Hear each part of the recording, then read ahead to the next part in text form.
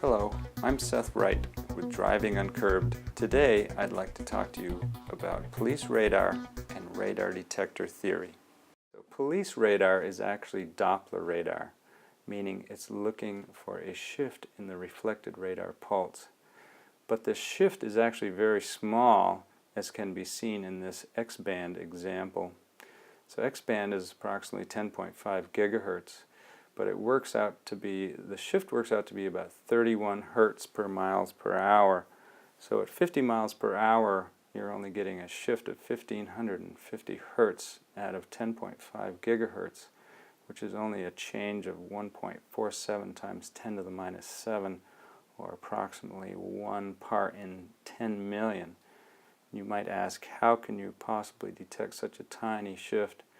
Well, one thing that allows them to do this is called heterodyning, and that's where the incoming radar signal is multiplied by a signal from a local oscillator to give you these sum and difference frequencies.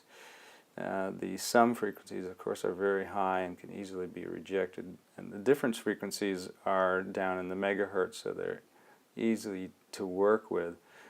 Radar detectors also use this heterodyning, but there's one drawback to it, and that is this leakage where this local oscillator, which is running at close to 10.5 gigahertz, can be picked up by other detectors, including VR2, what's called VR2 systems, which are detectors. Our radar detectors cannot be picked up by VR2 systems. Two other things to talk about when we're talking about police radar is beam diameter and beam divergence. Beam diameter, when we talk about beam diameter, we talk about the 3 dB or half power width of the beam, since the beam falls off gradually as you move out from the center of the beam. Typical beam divergence, which is the spreading of the beam as it leaves the radar gun, is on the order of 11 degrees or 190 milliradians. This gives a 3 dB or half power beam width of 95 feet at a distance of 500 feet. Since it's such a large spot, it's very possible that if there's any other cars in the area, it could be picking up one of those instead of yours. Now let's contrast that with police laser, which has a much smaller beam divergence of only 3 milliradians. So at a distance of 500 feet, it creates only an 18-inch spot. So it's very possible that they could bounce that signal off of the front of your car, and your detector might not even pick it up. Plus, the response time of those units is 1/3 of a second. So even if you did pick it up, chances are you wouldn't have time to stop in time. But our detector also detects the laser as well as most commercial detectors do. A couple more things to consider when we're talking about police radar or radar detectors. One of them is called free space path loss.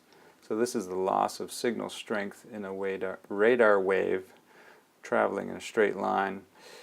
The equation for that is 20 log base 10 of distance in kilometer plus 20 log base 10 of the frequency in gigahertz plus a constant of 92.45.